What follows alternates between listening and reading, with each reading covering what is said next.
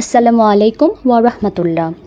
গত ২৮ জুলাই আহমদিয়া মুসলিম জামাত চট্টগ্রামের উদ্যোগে চট্টগ্রামের বন্যা কবলিত এলাকায় হিউম্যানিটি ফার্স্টের সহযোগিতায় ত্রাণ বিতরণের সিদ্ধান্ত নেওয়া হয়।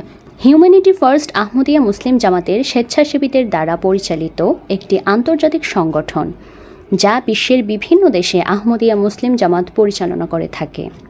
এই প্রেক্ষিতে গত ১০, ১৫, ১৮ এবং ২২ আগস্ট ৪ দিন ব্যাপী হিউম্যানিটি ফার্স্ট কর্তৃক চট্টগ্রামের সাতকানিয়া এলাকায় ত্রাণ বিতরণ কার্যক্রম চালানো হয়।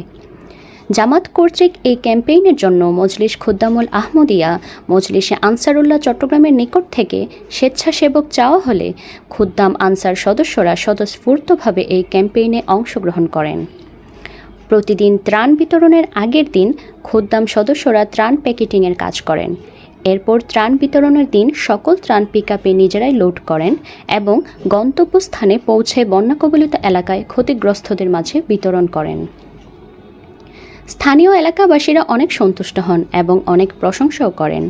তারা জানান যে আপনাদের কাজের ধরন অনেক সুন্দর এবং সকলেই ত্রাণ পেয়েছে। কিন্তু এর আগে যারাই ত্রাণ বিতরণ করেছে তাদের সময় অনেকেই ত্রাণ পায়নি, আবার অনেকে বেশি করে নিয়ে গেছে।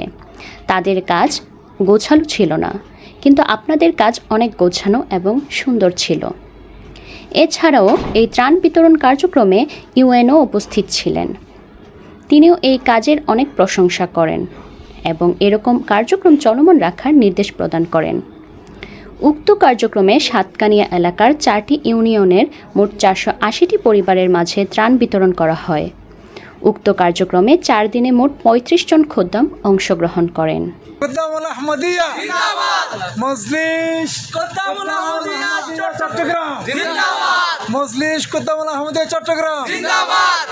স্টাফ রিপোর্টার, সপ্তর্ষি মিডিয়া।